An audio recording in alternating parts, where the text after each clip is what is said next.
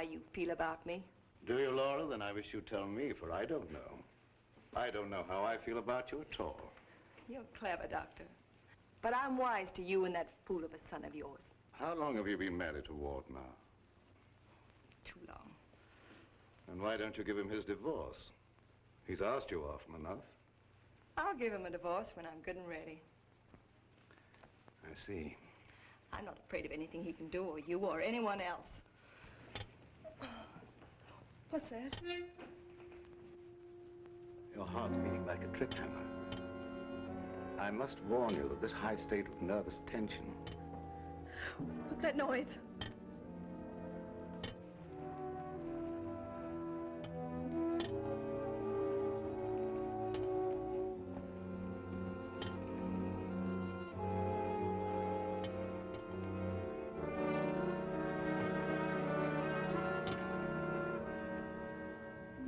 It's only a branch tapping against the window. Now, my dear Laura, if you want me to help you, you must tell me what it is you fear. I told you I'm not afraid of anything. I know what's going on here. Someone's trying to scare me out, but it won't work, see? Here I am, and here I'll stay until I rot. I'm afraid there's more truth in that than you suspect. Laura, I must ask you not to cause Father any more trouble. I don't want you threatening him, you hear? You too. You're so cute. I'm sure you want to be alone. You're not going to make him pay for my mistake. What are you going to do about it? I'd like to. You'd like to choke me, wouldn't you, Ward? You haven't got the nerve. Here. This is the only thing you ever gave me. You can have it back. She's right. I gave her this when we were married. It's the only gift that ever passed between us. Ward, what do you propose to do about Laura? What can I do? She won't leave me. She won't give me a divorce. Well, things can't go on this way, you know. Dad, what is the matter with her? What do you think is wrong? I don't know. She wasn't this way until she began getting those letters from abroad, you remember? Yes, it had something to do with those letters. But you would have thought that when they stopped coming, that... What is it, Elizabeth? There's a patient, Doctor, a Mrs. Williams. Williams? That's the name she gave, and she's decked out like she's going to a horse show. I can't see anyone today. Ask her to make another appointment. Dad, please don't let what has happened interfere with your practice. Oh, very well. Send her in a few minutes. Sure, Doctor. Oh, yeah, that Bill Raymond's waiting. Do you want to see him? Who's he? That private cop who's always hanging around just hoping somebody gets murdered. Oh, yes. He's probably come for his check. Take care of it, will you, Ward? Yes. Elizabeth. Yes. This for you. Gee, thanks, Mr. Warren. But this belongs to Mrs. Van E, doesn't it? Not anymore. It's all yours. She won't get sore, will she? I don't want to have any trouble with her. You know how she is. I know. We all know a little bit. And I want to thank you for your patience. Run along now, Lilibet. Yes, Doctor.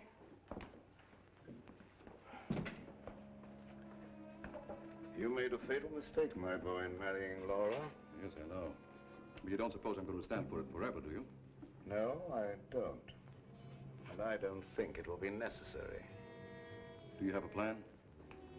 I think it'll be better if you leave everything to me. From the day a mysterious caller came to see Dr. Van E.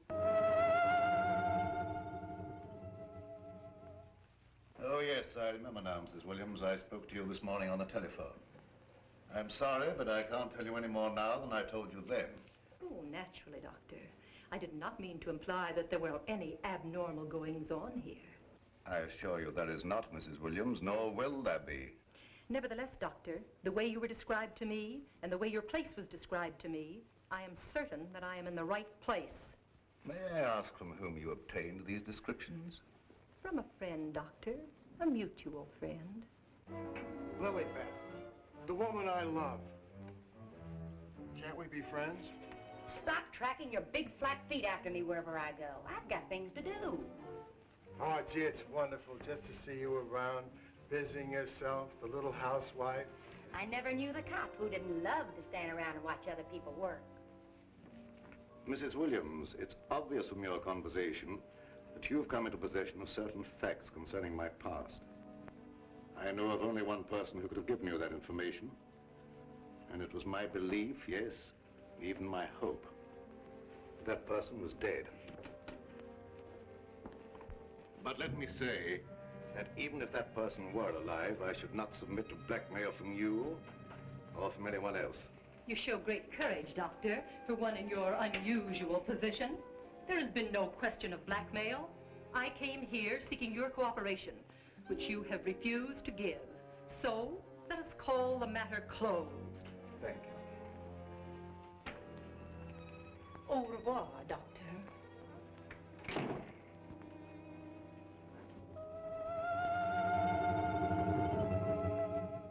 Then came this sinister pair.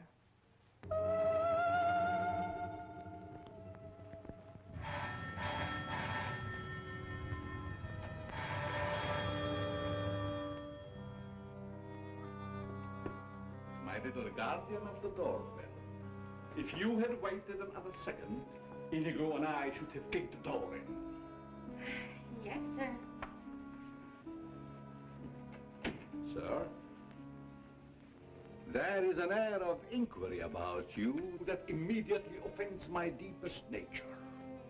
There is something suggesting Scotland Yard, the French Sûreté, the Italian Carabinieri, the Turkish Police, and other minions of the law. In short, sir, I think you're a cop. Yeah, how'd you know? I believe I'm in the home of Dr. Joseph Van E. Yes, sir. I mean, sirs.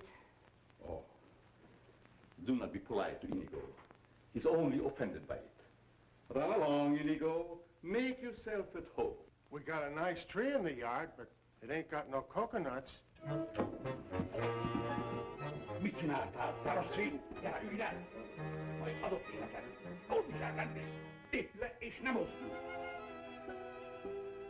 My little friend Inigo is deaf and dumb. He cannot hear and he cannot speak. But he reads the lips, and I would advise you to say nothing to annoy him. His temper is short, indeed. This, I presume, is Dr. Van E's private office. Yes, sir. But I really should announce you. My dear girl, if I allowed myself to be announced, I doubt I would be received anywhere. I'm sorry, really I am, but the doctor won't see anybody without an appointment. Appointment? I have had an appointment with him these 20 years. He will see me. Doctor, somebody's coming! My dear doctor, truthfully can it be said that your house is your castle, protected by your countless slaves? So it is you, Leonard. I was warned you might appear like one of your own illusions out of nowhere. My dear Joseph, you have not changed a bit. Have you met my friend, Mr. Raymond? Raymond? Oh, Raymond. No doubt a relative of the great magician of the same name. Mr. Raymond is our private patrol officer. He keeps an eye on the premises for us. And other comings and goings. A very good idea, my dear Joseph, to have a private bodyguard at your beck and call. Well, you fellas are old friends, I can see that. Oh, yes. Old friends. Well, then maybe you'd like to be alone to talk over old times. A very good suggestion. Thank you, Mr. Raymond. I won't be far away, Doc. Well, so long, Mr. Leonide. Don't pull any more little men out of your hat. Well, Leonard, what brings you to me after all this time? The long arm of coincidence, my dear Joseph. Simply the long arm of coincidence. Aren't you glad to see me again? No, I can't say that I am. You with your foreign background and I, what have we two in common? Always truthful, Cousin Joseph. As when we were young men. You might have said no and saved your career. But you prefer to tell the truth and ruin yourself. What do you want here, Leonard? day's hospitality, my dear Joseph. Nothing more. Is that too much for one cousin to ask of another? Remember, we agreed not to think of each other as cousins again, Leonard. Bygones, my dear Joseph. And I'm willing to forget. And I suggest that you do the same. You've grown older, Leonard, but there may be something in what you say. I don't want to hold a grudge, but don't do anything that will make me regret my action. You have my promise.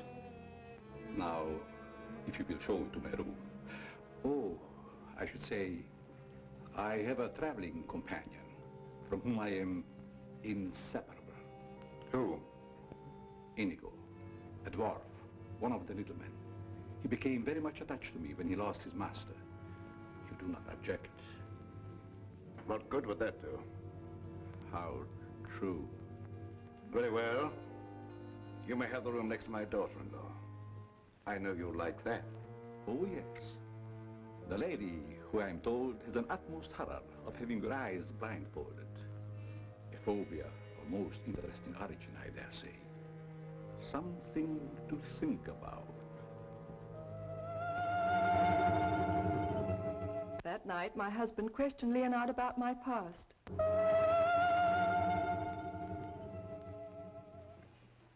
Cousin Leo. Oh, my dear Ward. How flattering that you remember me. Well, how could I ever forget you? What are you doing here? A chance visitor, my boy. I wanted to see the old homestead again. You've seen Father?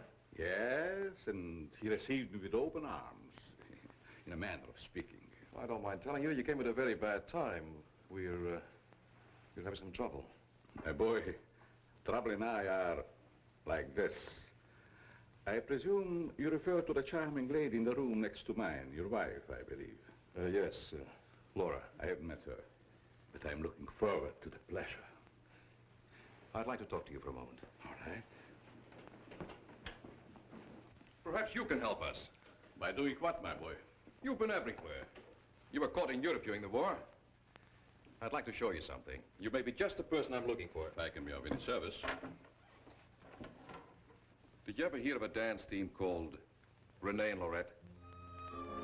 I don't think so, my boy. And then There again... must have been such a team. Look.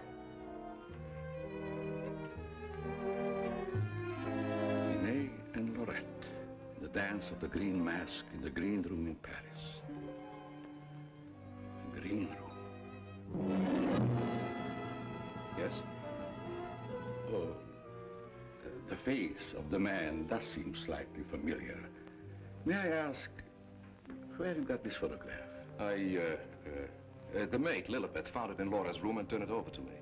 Oh, well, my boy, I'm afraid I can't help you.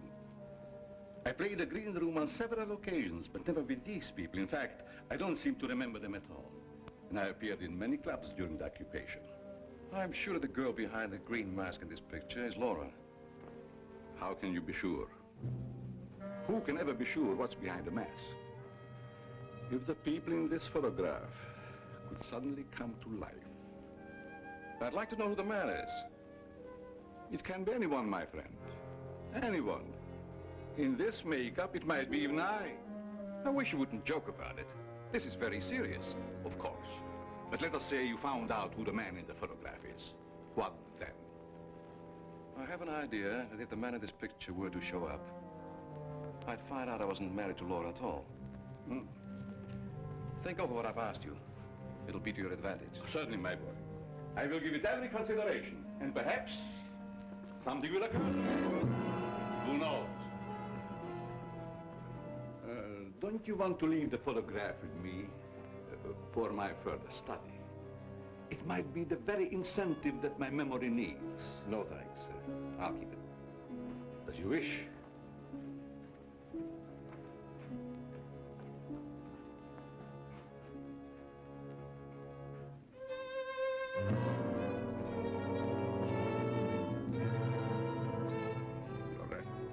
Lorette. I'll make a bet the man in green will get you yet.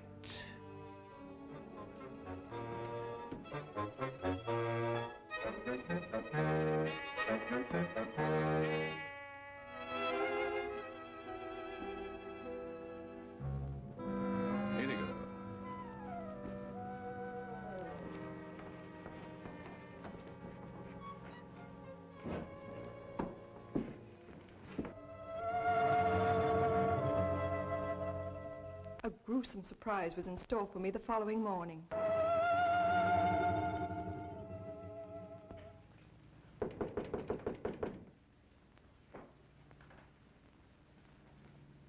Who is it?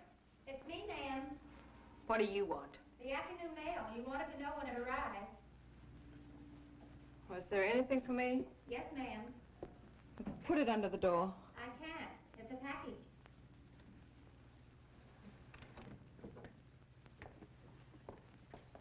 What's in it? I don't know. It's against postal regulations to open other people's mail. That's never stopped you before. I'd like to know what you mean by that remark, ma'am. Oh, shut up and get out. Don't you want me to help you open it? No, I don't. Get out. It's addressed to you in green ink with a warning. Look out for the man with the green mask.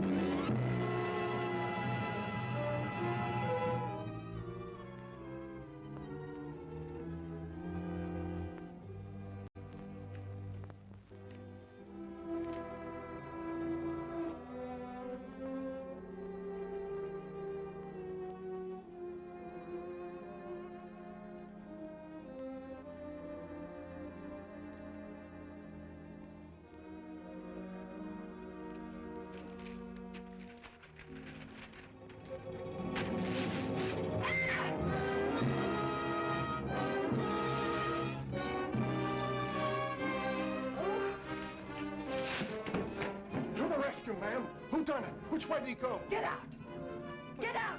Well, I just heard you yell. I was hoping it was a murder at least. Get out. I tell you, you have no business here. Well, but you don't understand. I'm supposed to be here. That's what I'm being paid for. Paid? Yeah. You see, I'm Bill Raymond, private cop in this neck of the woods. I was hoping we'd have a little murder or something happen around here so as I could solve it and get my old job back at Sentinel Homicide. Nothing personal, of course. Who told you to say these things to me? Well, nobody said nothing to me. I was just waiting around outside to see Dr. Van E, and I heard you yell. So you're a friend of that crazy doctor and his son? Crazy? I wouldn't exactly say that, ma'am. The doc's a pretty good egg. You wouldn't want anyone to say you was crazy, even if you... You can go back and tell them I'm not afraid of being murdered by you or them or anyone else. No, I don't guess you are, ma'am. Still and all, if you was to get murdered and I was to find out who done it, it'd be kind of a break for me. That don't beast the kosho. Well, I wouldn't say that to you, lady, even if I knew what it meant. Now will you get out? All right. I can take a hint. Nice little bedroom companion you've got there. Get out. I'll go, but don't think I'll come running next time you yell. I'll know it's a fake.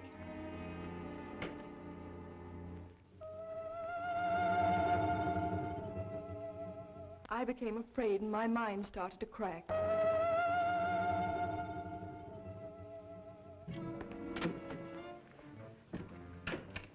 Lilybeth, my melancholy baby, where are you? Where'd you get that box? I don't know what you're talking about. You lying little snoop going through my things. What'd you do with the picture? Where is it? I didn't see it. That's the last time you put your hands on me. I'll give you one more chance and then I told you I don't know where the picture is and I don't know what you're talking about. It's been you all the time going through my things, opening my mail, rapping on my door at night. Now you're blaming me. I've never touched anything of yours. You've got my robe on now. Where'd you get that? I was just trying it on. Mr. Ward gave it to me. He said you didn't want it anymore. I'll tell you when there's something I don't want. Oh, shut up. It's only a dummy. A dummy? Where'd you get that thing? I suppose you're going to tell me you don't know anything about that either. Oh, I bet it was in the box. In the box I brought up for you, that's what. There were no stamps on it. How did it get in the mail? I don't know. The doorbell rang, and I thought it was a mailman. I opened the door, and it was sitting there on the stoop. You're lying. No, I'm not. I don't mind telling a lie now and then, but I'm not lying now, honest. You're trying to scare me out. I'm not leaving. No, but I am. You come here. You and Mr. Ward are pretty thick, aren't you? Thick? Yes, thick like your head. He's fallen in love with someone else. Who's she? I don't know. It's not me. I know it isn't you. I know all the signs. He's fallen in love with some simple-faced men. There's always a way to get even with them. I've got to find that picture. Otherwise, they won't know what he looks like. I've got to send it to the police. He won't dare touch me. Who do you mean, the man in the picture? Have you seen him? Maybe I have and maybe I haven't. Maybe I saw him go behind the thicket, or through the wall, or under the house. He's here in the house? Yes, I let him in. I let him in.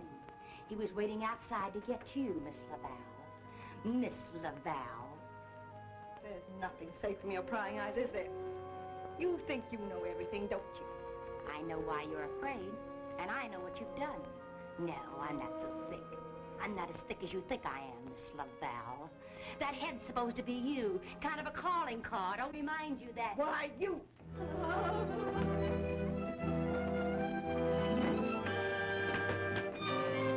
Excuse me, lady.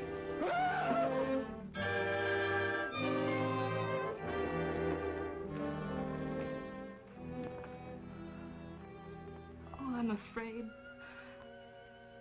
I'm afraid. Where are you hiding?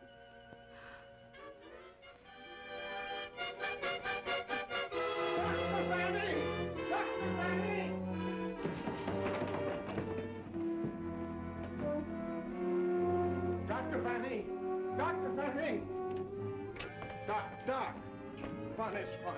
But after all, there ain't nothing in my contract that says I gotta... Well, now I ask, is that anything to be playing football with? Where did you get that, Raymond? Miss Fanny chucked it at me like I was a pass receiver for a football team. And I'm all out of practice. Let me see it. This comes from a group of anatomical specimens that was locked in a room in the cellar. How did you happen to get it? That's what I'm trying to tell you. There I was, outside her door, strictly minding my own business, understand? Listening at the keyhole. I don't think that belongs in the realm of your duties, Raymond. But, Doc, there were screams inside. You gotta admit it's within the longitude of my profession to make with an investigatory reaction thereto. What am I saying? I don't understand how his head got from its locked room in the cellar. Well, the way I heard it, it was sent to Mrs. Van E. That was rather a gruesome practical joke. Why, your anatomical locker hasn't been opened for ages. I think you once told me you'd lost the only key to it. I know. There is no key to my knowledge. Why, that thing didn't walk out of the room by itself. Hardly. Doc, I'm worried.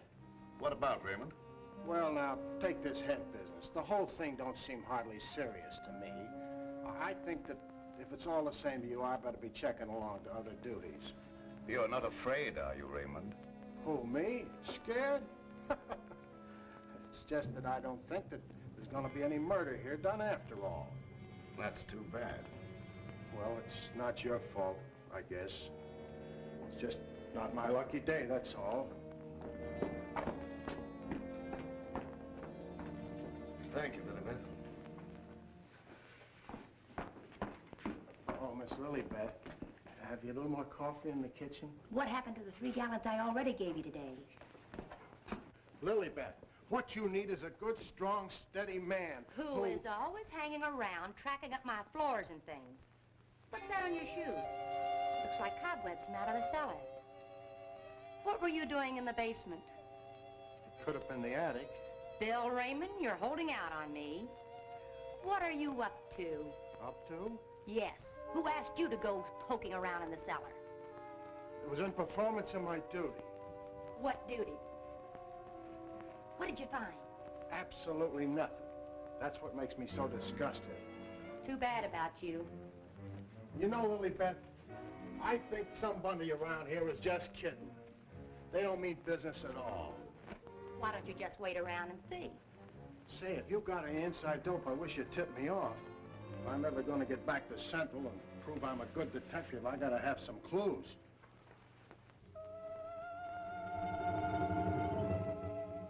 Yes, I was scared. Scared of my life.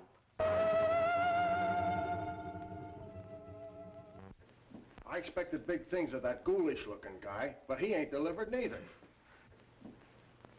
I should say, in a way, you were entitled to expect big things from him. Leo was once confined in this house when it was an institution for the insane. Nerves, you know. Do tell. Well, then, he must know his way around the place, huh? I understand while he was here, he engineered an immense number of secret passages through which the guards could keep an eye on the inmates at night.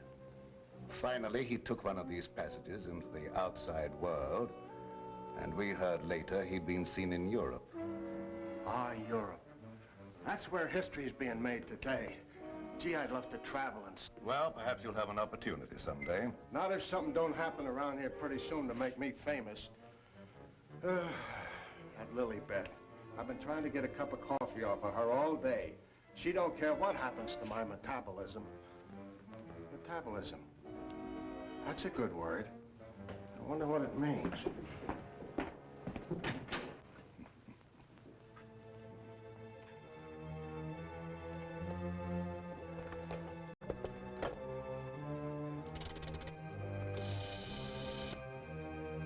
Operator, I want the police right away.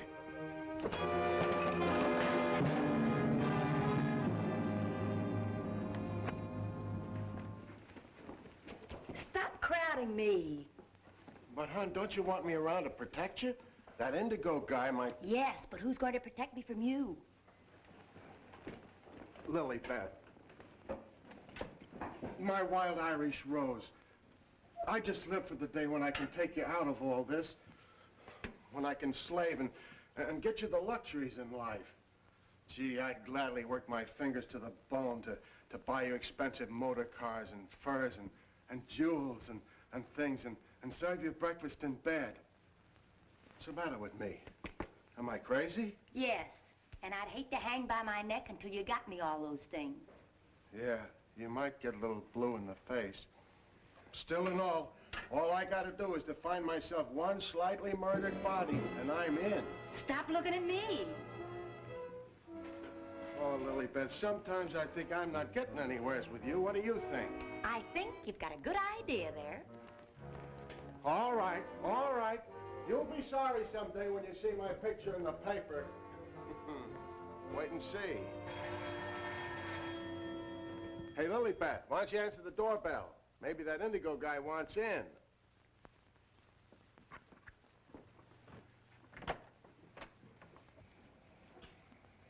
The doctor ain't home. You'll have to call some other time. Don't be silly. Don't say I didn't tell you. Close the door on your way out. Hey, wait a minute. Well, if it isn't Bull Raymond. Shh, Terry. You trying to ruin me? Ruin him. Come here, Bull. Meet Miss Cornell. How do you do, I'm sure. Likewise. How do you happen to be out with him? Cute, darling, don't you think?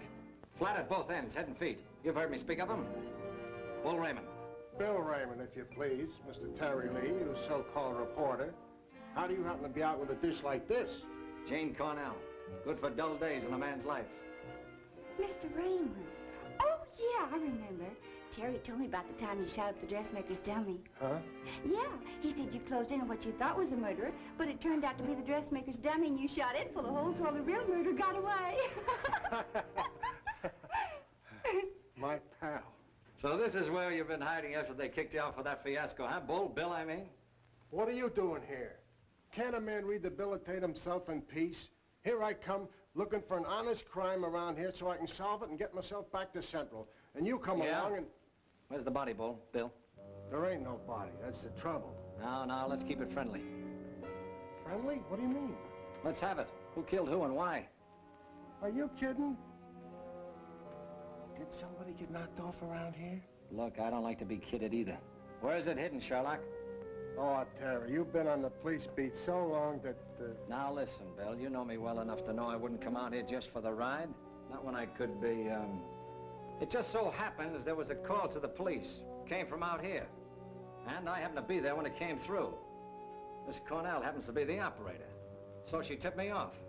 Told me the line had gone dead. So I smelled the story, and here I am for an exclusive. You see what I mean? What's in there? Well, that's the doctor's consulting room, but there ain't nobody in there. I've been standing here for quite a spell. Open it up. Let's take a look. That's funny. The lights in here ain't almost never out. In you go. Never do that. I could get killed that way. Is that bad? Oh, so nothing's happened around here, huh? It's busted.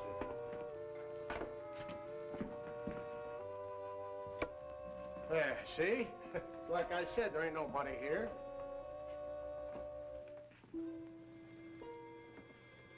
Hey, cut it out, will you? You're making me dizzy. Well, sure, somebody stumbled over it and pulled it out of the wall. Could happen anywheres.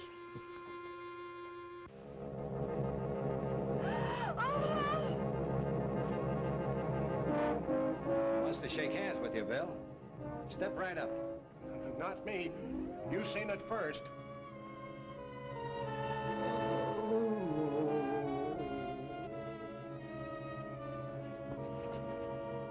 Doc!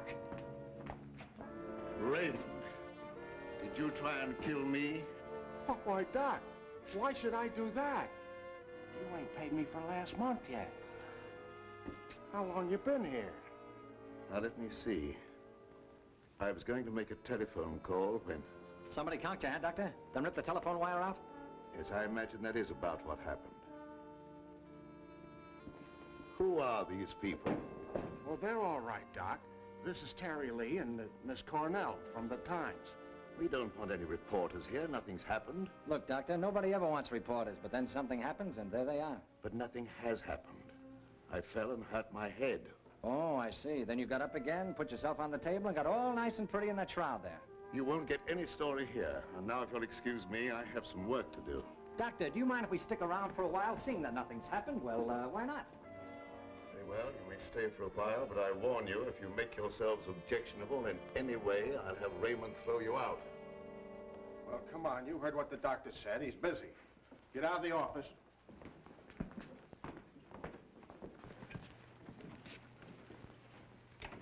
Probably a pretty nice guy, caught in a tough spot. That's the way I see it. You wouldn't want me to tell him you got kicked out of homicide, would you, Bill, old boy? Oh, Terry, you're my pal. You know that, don't you? Would I kick you out? You would if you could, Bill. Now, why can't we have a little talk, quiet like? Well, if you just follow me in the parlor over here. Oh, me too, darling, me too. Darling knows everything about everyone, and that's how I learned. Did that? I just sit at his feet and listen. Yeah?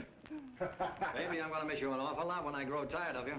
Now, remember, you're just going to listen. Well, of course, darling. What else do I do when I'm with you? Sit down. Now, as I remember it, there was a singer at the Click Club who called herself Flora Laval. Didn't she marry young Ward Vanny a couple of years ago? I don't know nothing about it. Oh, yes, you do. It was just about the same time that you had that affair with the dressmaker's dummy. Oh, yeah. Yeah, now I remember, Terry. You're right. She was down to the Click Club, and it was her that married Ward. Wasn't that on a bet of some kind? Well, there was a party going on, and somebody dared Ward to ask the singer to marry him, and he thought at the time it was a good gag, and he went along with it. That's right. He got pretty high and then popped the question at her. How romantic. I just love that. Hush, dear. L-I-S-T-E-N. Oh. Well, that's how it happened anyway. Ward woke up the next morning and found himself married solid. He'd asked her, and she'd snapped him up. Oh, and they lived snappily ever after. I don't care. I think it was sweet.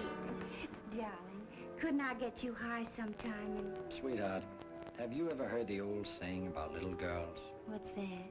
Little girls should be seen and not heard. Now go on, powder your nose. All right. I think I'll be shoving along, too. Now, wait a minute. We're just getting started. We were talking about a singer who called herself Laura Laval. Pushed her way into this house for good reasons of her own. Gentlemen, I beg your pardon. I must tell you frankly, I have been eavesdropping. Professor Leonard, this is a reunion. My boy, you must forgive me. You seem to remember me, but I do not recollect you. When was it? What was it? Oh, Professor, it was a long time ago, and I was a kid up in the balcony in Albany. Yes? When you brought down the house with great feats of legerdemain. Oh. You remember, Professor?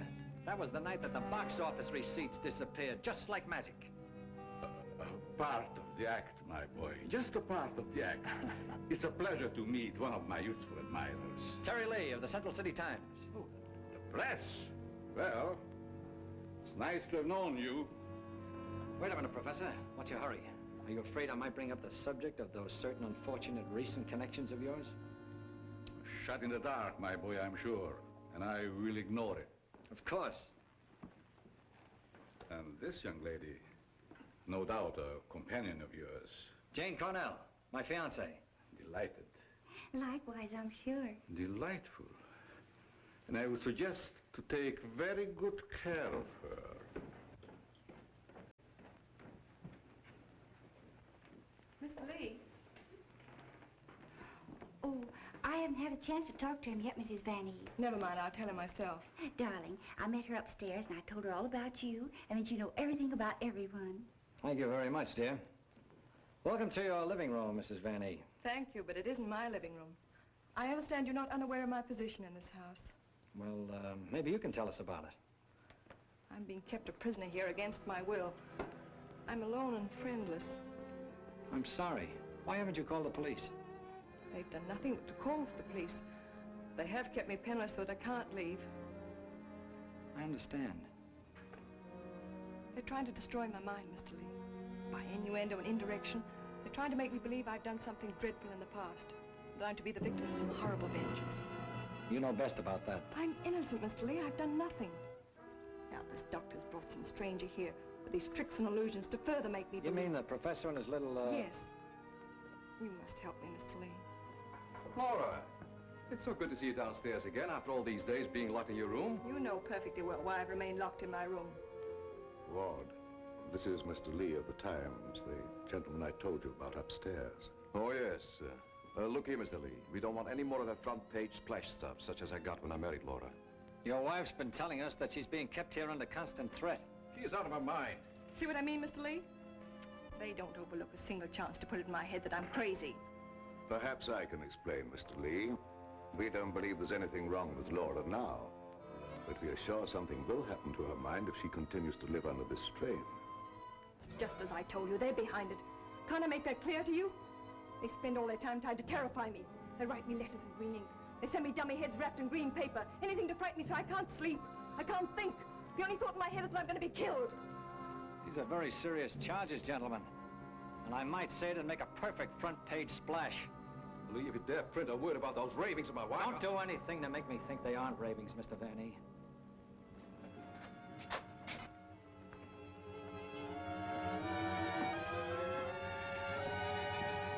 He said to put the blindfold on, and you will know the truth. No!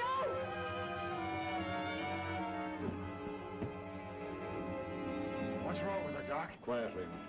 You don't mean that she's... Dead, Raymond.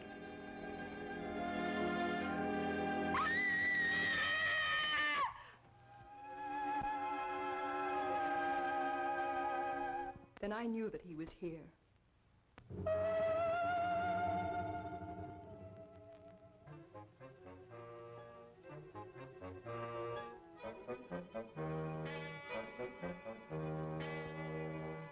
She's coming out of it, but she's in an advanced state of shock.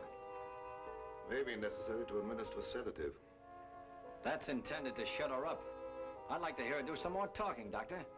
If her mind is allowed to dwell upon what's happened, that may be the breaking point. Well, you've got all the answers. Look here, Lee, I don't like your tone. If you have any insinuations to make them to me. Okay, I will. Suppose you and I talk this over downstairs. I don't recognize your right to question me. However, if it'll make you leave Father alone...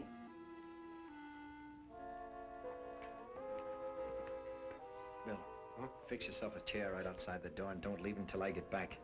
Sure. But what about Lilybeth? Don't she write nothing around here? Now, Lee, first I'd like to see your credentials. You bust in here saying you're a reporter. That's the old turn the tables gag, Vanny, but if it'll make you any happier, take a look. All right, you're a reporter. But I still don't understand how you and the young lady got the news about our troubles. Do you really believe that story, Lee? Do you in your right senses really believe that we are keeping Laura a prisoner here? That's what the lady says. She said that... Nonsense. Nothing would please me more than if she got out. Look, I don't get any of this stuff, Vanny, but there's a tricky deal going on around here, and I intend to sit in on it. Too bad I can't flash the city desk to make ready for a front-page replay. Yes, isn't it? Either your wife is the victim of a well-plotted program of persecution calculated to drive her insane, or she's the witch you say she is. You're the fellow with the nose for news. What does it tell you? It tells me that right now I'd like to know where your disappearing relative is.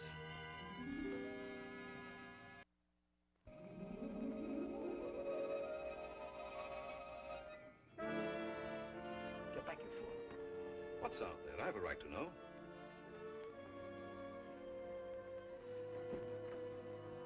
Don't see anything. What was it? It isn't possible. It isn't possible, of course. What do you see out there, Lee? I've had enough of this. Come on. Are you nervous, Miss Cornell? Oh, no. I think it's very exciting. Well, Professor, I thought I just saw you outside, baying at the moon. You disturb her sleep. Where have you been? How will you start acting normally for a change? You're bringing suspicion upon all of us. I, my boy? What have I done? Suppose you tell us. Has no one arranged to silence you yet, Mr. Lee? What a pity. I don't silence very easy, Professor, and it'd take a lot more than what you've done to her. Do you suggest that I had a hand in that poor girl's unfortunate demise? Why don't you behave yourself, Professor? Mr. Van E here has the right idea. You're just gumming up the works. I did my humble best. Who are you working for? What do you expect to get out of it? I'm discharging a debt, Mr. Lee.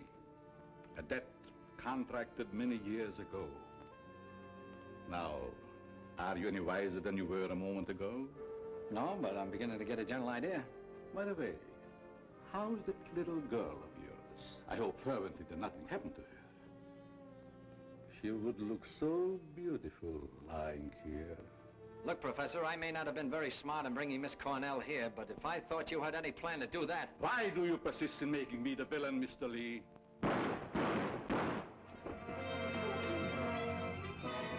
Now we will let you be the witness, Mr. Lee. I am here. The sounds came from upstairs, right? Always reliable. Now what do you rehearse? In there, Terry! In there! It's murder!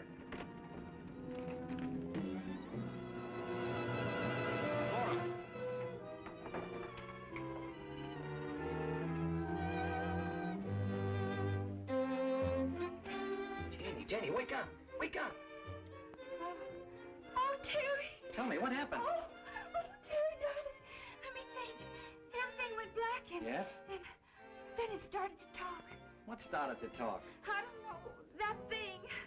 Now look, let's get back to the beginning. I left you here with Dr. Van E. Yeah, and then he gave Mrs. Van E a shot with a long needle. Never mind that. All right. Then he said, would I sit with Mrs. Van E? Okay. Where is she now? Who? Mrs. Van E. Where did she go? That's just what I asked you, Janie. Well, she was right here. Then Dr. Van E went out. Then what happened? Well, then Bill Raymond came in. Oh, that's great. The two of you in the same room at the same time. How did you communicate with each other? Sign language? Oh, I don't care. All you do is make fun of me. I didn't ask to come to this, whatever it is. Oh, yes, you did, dear. Don't you remember? You said you wanted to see what the life of a reporter was like. Don't forget, Mr. Lee, one must not expect too much of certain types of mentality. Shut up, Bill Raymond. I remember you when you couldn't even make your X. Oh, I want to go home. We can't go home, darling. We've got to get a story. Why? You don't understand. Yes, I do. Why do we have to get the story? Who cares? She's got you there. All right. Now you tell me, what happened to you? Me? Oh, well, you said to stay outside the door, and I pulled up a chair. That's right. She was inside the door and you were outside.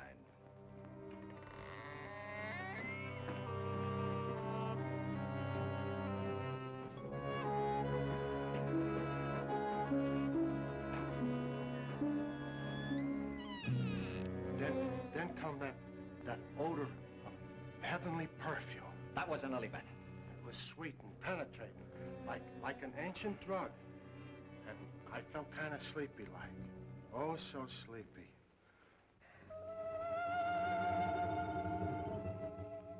At last, he had me under his power.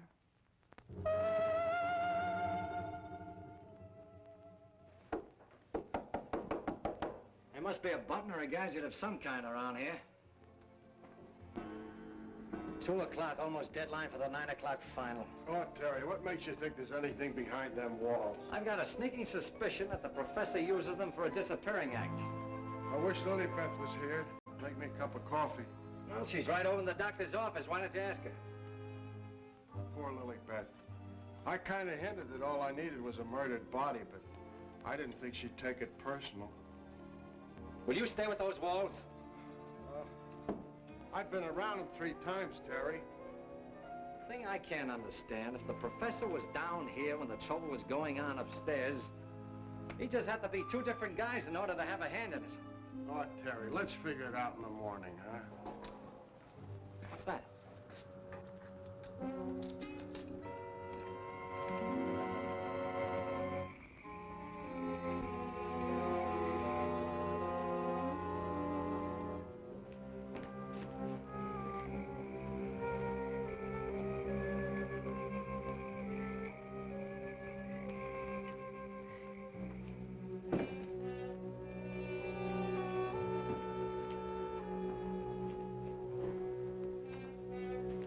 Wake up. Either something or somebody opened the front door. Oh, that's the shortest night's sleep I've had in a long time. All right. Now that you're good and rested, let's see if we can understand what happened upstairs. Well, do you think it had something to do with that picture, maybe, that Lilybeth found in Mrs. Van Ee's room? What picture? Or the one with the couple with the 2 masks, you know, like we found, like that mask. Who has the picture now? Well, young Van E, I guess. That's a point. Where has Mr. Van E been since his wife's disappearance? Well, him and his old man are sleeping. I guess they got some sense. No. I've already checked that, and they haven't slept in their beds tonight. Wake up! I refuse to answer on the grounds that my tend to incriminate or degrade me. My unconscious mind. Now look, Bill, please stay awake for a while. Now look, tell me, what happened when you smelled that sweet odor in the hall upstairs? No, it smelled lovely. Lovely, that's all I can remember. And Dr. Van E had already left Laura's room, is that right? Yeah, he'd gone out, and he said goodnight, and he had given her some sedative or something that he said would take care of her till morning, and then he went down the hall to his own room. And then you fell asleep? Yeah, no, I just kind of dozed off a little. Like this. Here's your coffee, sir. Terry, that's a dirty trick. Stay on the other side of that window. What for? Take a look. I'm looking. What do you see?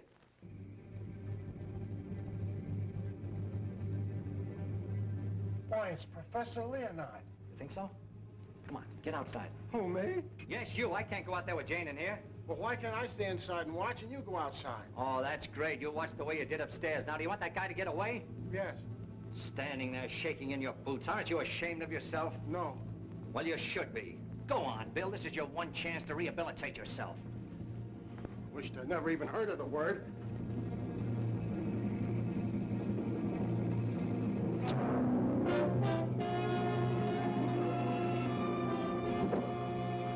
Have your gun ready. What good is a gun against what's going on around here? Lilybeth! Oh, gee, this ain't natural. Who are you talking to? The woman I loved. Poor little angel. Try and speak to me. She can't hear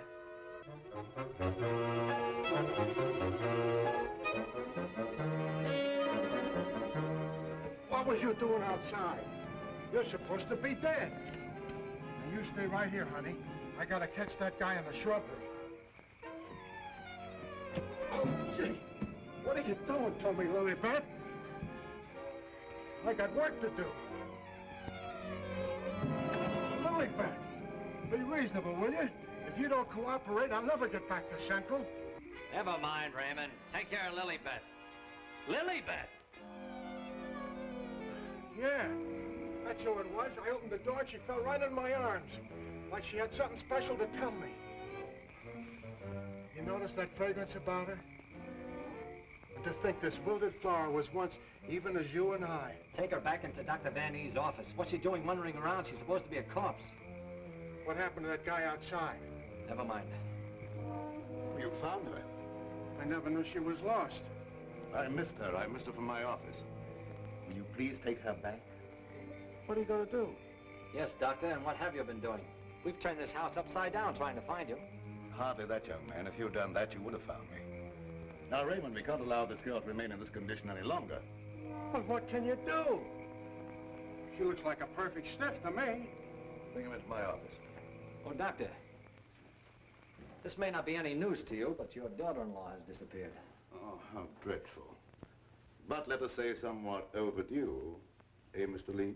You don't seem very surprised to hear about it. Young man, when you've been devoutly praying for something to happen, you accept your good fortune without question.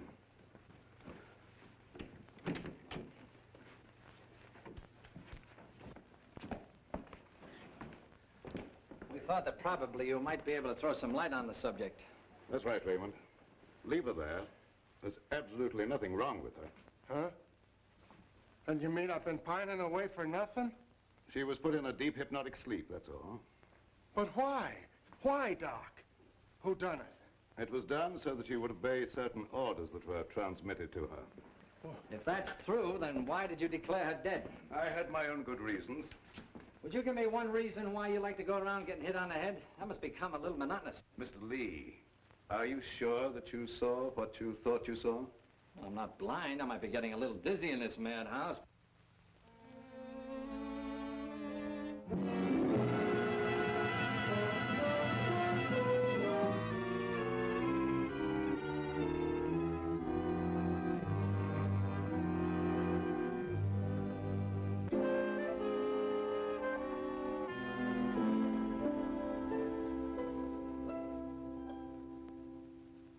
You know, Doctor, morning isn't very far off. And when the police get here, you've got an awful lot of explaining to do. You're in this up to your neck. By morning, let us hope no explanations will be necessary. Everything will have explained itself. Poor little sleeping beauty. Do you suppose someone thought she looked weak-minded and picked her out to carry out his commands? That's not always the case, Raymond. If Leah and I were here, we could settle this case very quickly. Gentlemen, it is my peculiar misfortune to always be in a position where I may eavesdrop. How can I be of service, Cousin Joseph? Oh, Professor. Ask me no questions, my friend, and I will tell you no lies. Leonard, you could undo certain mischief that has been done this girl. I know you can help if you will. I could, my dear Joseph. But I will not bring down the wrath of the unknown madman who is loose about these premises. It is a matter of self-preservation. I had nothing to do with hypnotizing this girl. I have an idea that she may have already carried out the unknown's orders and that he no longer needs her. Nevertheless, my dear Joseph, you must excuse me. Just a minute, Professor. I wonder what would happen, Professor, if in connection with your sudden reappearance here, somebody dug up the old story of why you swindled Dr. Van E. and then ran off and let him take the rap. I will not be blackmailed, Mr. Lee. And I observe again that you're a young man who knows too much for his own good. And I would also like to know where you obtained all this information. You're extremely young to have your fingertips on events of 20 years ago. I have a memory like an elephant. I never forget something once I hear it. I'm a sharpie, Professor. As every one of you will admit before morning. Now, Doctor, I'd like to bore you with a few questions. I wouldn't mind, young man, if you had the slightest idea of what you were looking for. Maybe if we start back to the time around midnight, when you administered what you call a sedative to your daughter-in-law. Are you inferring that I had anything to do with Laura's disappearance? Why do you keep evading the issue, Doctor? You know you'll have to confess when the police get here anyway. I would remind you, young man, that you're making a direct accusation, and I refuse to answer. Look, I want the facts and I want them now. Let's cut out the mulberry bush routine. Listen, Bill, you're supposed to be a cop and you want to get back to homicide. Help me make the doctor loosen up. He knows a lot more than he's telling. Well, sure, I'll help Terry, but first let's get Lilybeth out of this. Maybe she can tell us something. Yes, Mr. Lee, it seems to me that you're not too anxious to have Lilybeth restored to consciousness.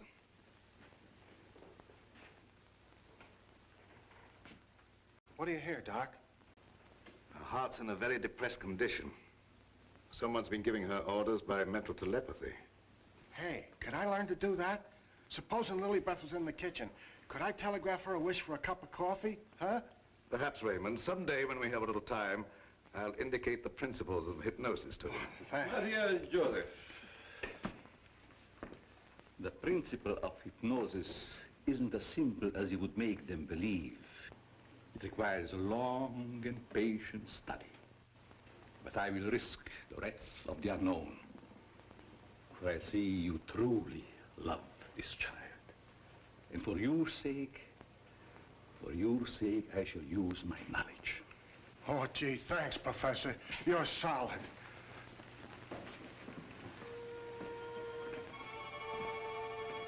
Och gloriefärdigt melletten att flächen vart fyrfyretten till världen och söt i här. Wake up! Wake up! Lilybeth, darling. Keep your big hands to yourself. What are you slapping me for? Professor, put her back to sleep. It's better that way. What have you been doing to me? Me? What have I been doing? Yes, what have you been doing? You gotta learn me that hypnotism trick. It's my only chance. Tell me, Lilybeth, what happened? Well, I can't seem to remember it. It all seems like a dream. Did you see anyone? No. But I do remember a perfume, a sweet odor. Yes, yes, go on. Terry, darling. Oh, Terry, darling. Yes, Jane. What is it? Is it Halloween? No, it isn't. Then why was that green face bobbing up at the window?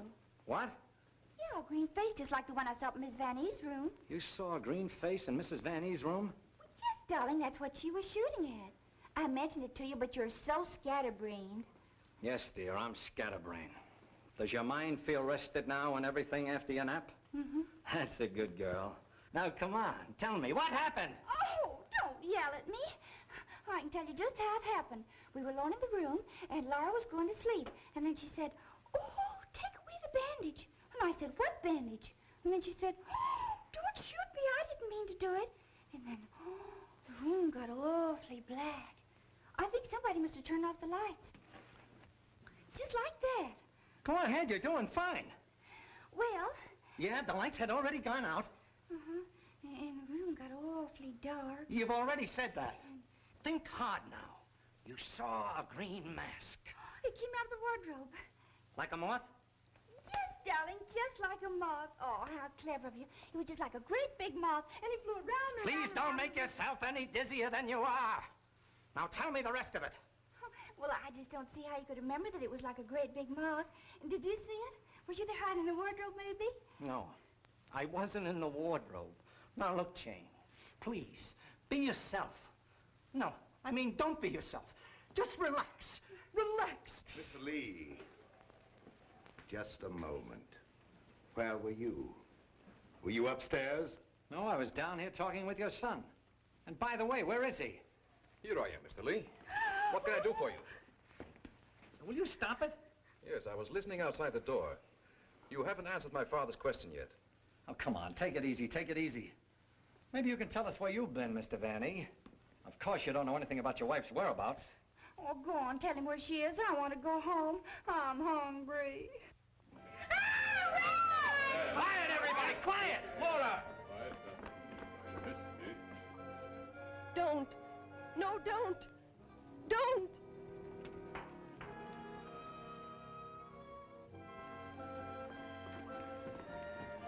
Laura!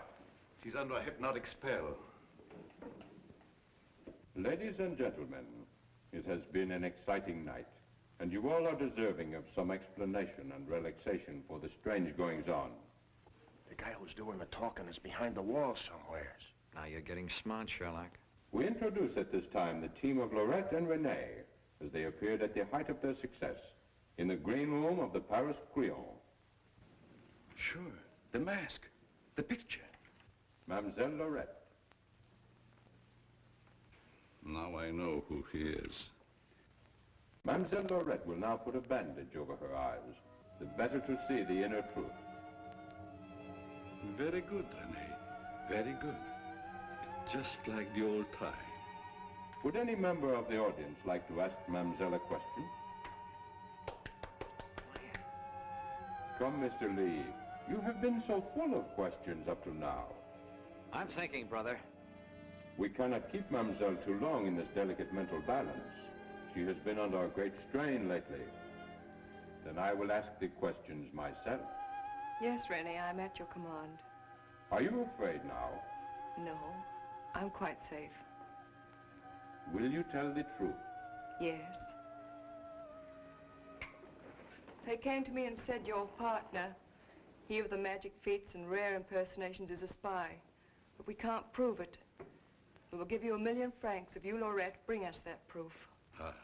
Now we shall know. You gave them the proof they wanted? Yes. They took him away to be killed? Yes. What was he to you, this man you betrayed? This man you sold to the enemy for money? He was my husband. When they told you he was to be executed?